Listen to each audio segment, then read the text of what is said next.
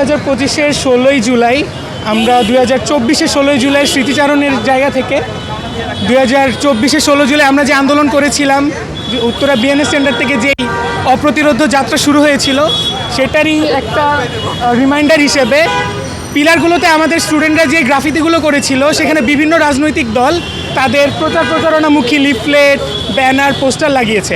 So আমরা আমাদের জায়গা থেকে এটা পরিষ্কার করছি এবং তাদেরকে জানান দিচ্ছি যে নতুন বাংলাদেশ, আমরা যে নতুন বাংলাদেশের কথা বলছি সেটা পরিষ্কার পরিচ্ছন্ন পরিবারে একটা বাংলাদেশের কথা বলছি আমরা। এখানে কোনো রাজনৈতিক দ্বন্দ্ব, রাজনৈতিক পাওয়ার পলিটিক্সের যে জায়গাটা, সেগুলো কিছুই থাকবে না।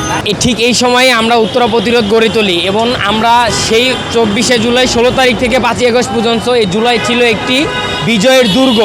সেই দুর্গ পরবর্তীকালে আমরা যেসব গ্রাফিটি এবং বিজয়ের চিহ্ন আমরা এই উত্তরাতে এঁকেছিলাম, তার উপরে বিভিন্ন রাজনৈতিক দল সহ বিভিন্ন প্রতিষ্ঠানের যে পোস্টারগুলো হয়েছে, সেই পোস্টারগুলো আমরা অপসারণ করতেছি যেন আমাদের জুলাই সবার মধ্যে জীবিত থাকে এবং আমরা জুলাইয়ের ব্যাপারে সবসময় সোচ্চার থাকতে পারি। টানা 7মবারের মতো বেস্ট টিস্যু পেপার ব্র্যান্ড হিসেবে স্বীকৃতি পেয়েছে বসুন্ধরা টিস্যু। জুলাইয়ের সময় আমাদের এই দেওয়াল লিখন বা দেওয়ালের ভিতরে গ্রাফিতি আঁকারও একটা কর্মসূচি ছিল। মানে জুলাইটা ছিল একটা সফট হার্ড কর্মসূচি মিলায়। সেই সফট কর্মসূচিগুলোর ভিতরে একটা কর্মসূচি ছিল গ্রাফিতি।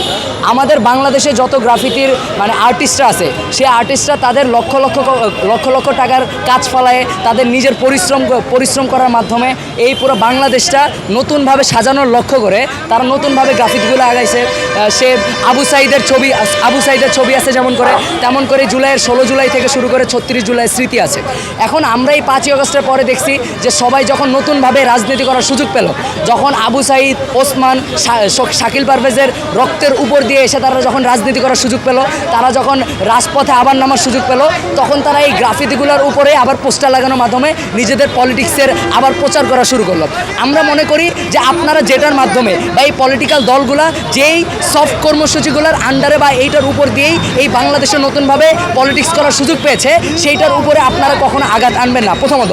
দ্বিতীয়ত হলো, আমরা বিশ্বাস করি এই বাংলাদেশের আগামীর পলিটিক্সেও কখনো যাতে কেউ গ্রাফিতি থেকে শুরু করে প্রত্যেকটা কর্মসূচিকে সমানভাবে সম্মান করে, এই জিনিসটার জন্য আমরা প্রত্যেকটা গ্রাফিতিকে কিভাবে বাঁচায় রাখা যায়, আমরা নতুনভাবে কর্মসূচি নিচ্ছি যে কিভাবে আবার গ্রাফিতিগুলো আবার নতুনভাবে আঁকানো যায়। এই কর্মসূচির মাধ্যমে আমরা বুঝাতে যাচ্ছি যে আমাদের নতুন বাংলাদেশ সেই 5ই আগস্ট থেকে ওই 6 আগস্ট 7ই আগস্ট যেমন বাংলাদেশ ছিল, এই আগামী 1 বছর 2 বছর 5 বছর পরে যেও যেন তেমন বাংলাদেশ থাকে।